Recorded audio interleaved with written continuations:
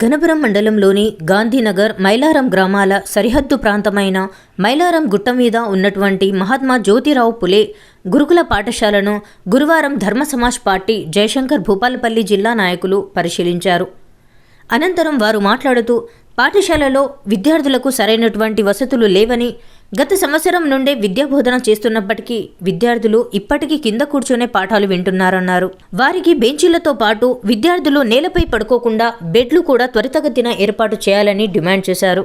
సదరు కాంట్రాక్టర్ సుమారు 20 లక్షలతో వంటగదిని, అదేవిధంగా మూత్రశాలలు, మరుగుదొడ్లను నిర్మించడం జరిగిందని, కానీ వంటగదిలో నుండి మట్టిపైకి రావడం, దానితో అపరిశుభ్రంగా వంటగది ఉన్నట్లు డీఎస్పీ నాయకులు తెలిపారు. జయశంకర్ భూపాలపల్లి జిల్లా కలెక్టర్ పాఠశాలను సందర్శించి ఇక్కడ ఉన్నటువంటి సమస్యలను పరిష్కారం చూపాలని, పాఠశాలకు చుట్టూ ప్రహరీ నిర్మాణం ఏర్పాటు చేయాలని, బాలికలకు సరైన ఆట స్థలాన్ని కేటాయించి వారికి అందించాలని, పాఠశాల చుట్టుపక్కల ఉన్నటువంటి కొంతమంది కబ్జాదారులు పాఠశాల ఆవరణ స్థలాన్ని కబ్జా చేయడం జరుగుతున్నట్లు, ఇటువంటి సమస్యలపైన అన్నింటినీ పరిష్కరించి బాలికలను సరైనటువంటి వసతులు ఏర్పాటు చేయాలని ధర్మ సమాజ్ పార్టీ జిల్లా నాయకులు ప్రభుత్వాన్ని డిమాండ్ చేశారు. ఈ కార్యక్రమంలో ధర్మ సమాజ్ పార్టీ జిల్లా ప్రధాన కార్యదర్శి కండే రవి మరియు మండల నాయకులు జితేందర్ సదయ్య తదితరులు పాల్గొన్నారు. ముఖ్యంగా మన గ్రామంలో కొనసాగేటువంటి ఎంజేపీ బాలికల పాఠశాలలో ప్రస్తుతం మేము ఉన్నాం. ఎంజేపీ బాలికల పాఠశాలలో చుట్టూ ప్రహరీ గోడ లేదు.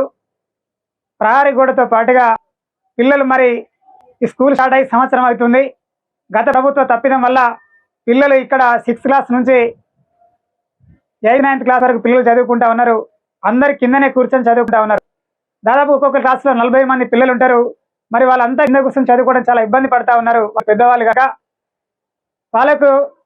వాళ్ళకు అత్యంత త్వరగా బెంచీలు తీసుకొచ్చి వేయాలని చెప్పి మేము ధర్మ సమాజ్ పార్టీ నుంచి హెచ్చరిక చేస్తూ ఉన్నాం. తర్వాత ఇంకొక అంశం ఏంటంటే, ఇక్కడ అంతకుముందు కట్టినటువంటి ఆ కిచెన్ ఏదైతే ఉందో దాన్ని ఫ్లోరింగ్ సరిగా చేయక అది పూర్తిగా నాశనం అయిపోయింది.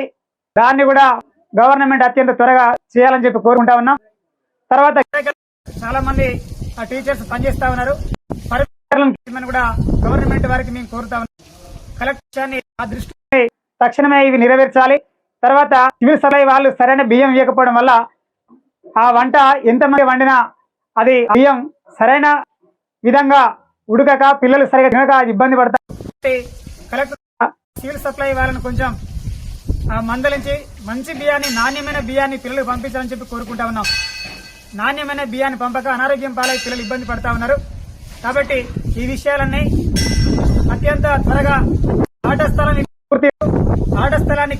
పక్కన కబ్జాదారులు వచ్చి ఆ భూమిని దాంట్లో పంటలేసి, నువ్వుల పంటలేసి కబ్జా చేస్తా ఉన్నారు. ఆ కబ్జారాయిలను కూడా అరికట్టి దీనికి ఆట స్థలాన్ని కేటాయించాలి. ఎందుకంటే పిల్లలను సరైన స్థితిలో వాళ్ళని తీసుకోకపోయినట్లయితే వాళ్ళు భవిష్యత్తులో చాలా ఇబ్బందులు పడుతూ ఉంటారు కనుక వాళ్ళ భవిష్యత్ తరాల నిర్మాణం కోసం ఆట స్థలాన్ని వెంటనే కేటాయించండి.